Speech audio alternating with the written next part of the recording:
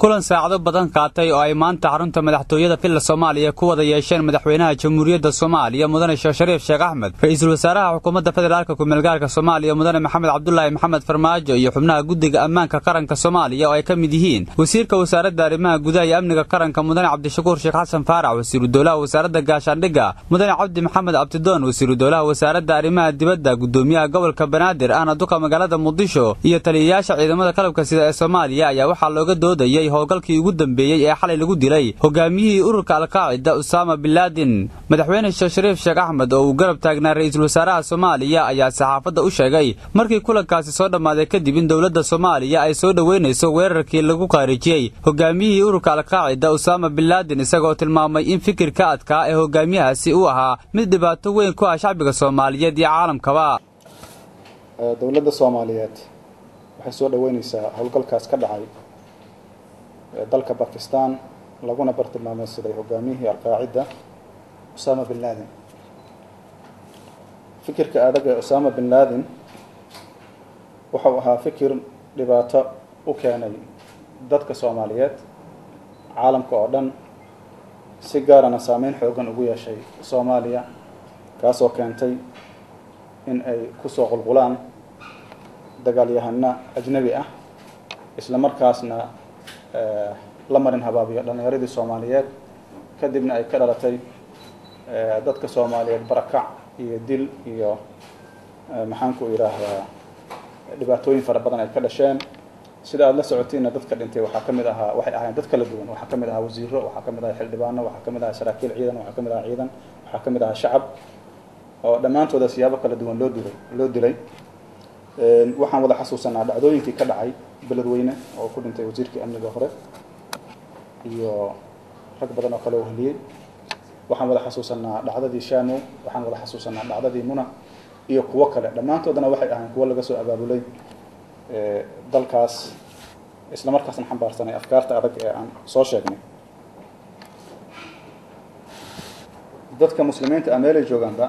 afkaartaas adag waxay gaarsiisay dhibaato aad u weyn maxaa yeelay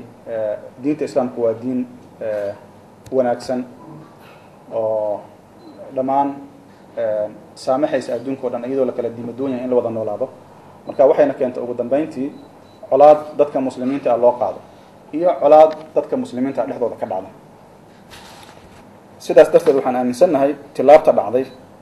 inay horseedayso afkaartaas inay dib u laabato ayna tahay guul u soo hoyatay caalamka oo dhan waxa kaloo intaas dheer in dhulkeena laga dhigtay goobo la isku abaabulo oo adduunka looga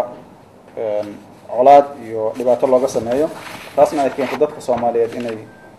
dhibaato ka soo gaarto madaxweynaha Soomaaliya mudane Shariif Sheekh Axmed oo sii wata hadalkiisa ayaa soo hadal qaaday in dhulka Soomaaliya ay dad ka dhigteen meel looga duulo wadamada caalamka isagoo ku amray hay'adaha ammaanka qaranka Soomaaliya inay sii xoojiyaan howlgallada ay ka wadaan gudaha dalka sidaa darteed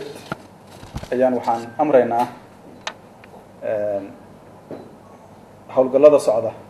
in la sii xoojiyo ciidamada qalabka sida iyo dhammaan hay'adaha amnigu inay xoojiyaan howlahooda waxaan ugu hambaleynaynaa ciidamada qalabka sida guulaha ay gaareen shacabka Soomaaliyeed waxaan ka codsanaynaa inay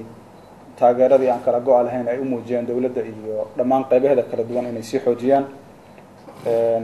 caalamkana waxaan ugu baaqaynaa inay taageerada ay siiyaan dawladda inay laabaan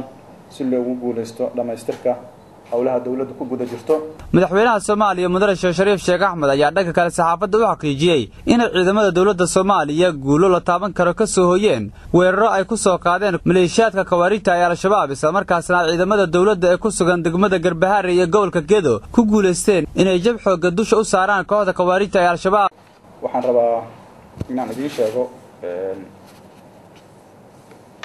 xalay iyo maanta waxa ka socday dagaal xoogan Garbaharre oo isaga soo horjeedeen ciidamadeena ciidamada dawladda iyo ciidamada Al-Shabaab falillahi alhamdu waxa nala soo gaarsiiyay hadda in ciidamada dawladda ku guuleysteen in ay weeraradaas ku jabiyaan khasaare xoogan ay ku gaarsiiyaan weeraro isku day ah oo 12 mar ay soo qaadeen looga guuleystay in Al-Shabaab halkaas looga ceyriyo haddana marxaladda hadda aan joogno waqtiga hadda aan joognana ay ku soo gabagabado guul ciidamadu ay gaareen marka ummadda Soomaaliyeed marka la hambaliyaan leeyahay ciidamada qalabka sida hambaliyaan leenahay oo mahadsantiin assalaamu calaykum warahmatullahi wabarakatuh go'aankan ay guddiga ammaanka qaranka Soomaaliya ku taageereen dilkii loo geystay hogaamiyihii ururka Al-Qaa'ida Osama bin Laden ayaa yimid xilli ay ciidamo ka tirsan dawladda Mareykanka ku qaarijeen hogaamiyahaasi meel ka tirsan waddanka Pakistan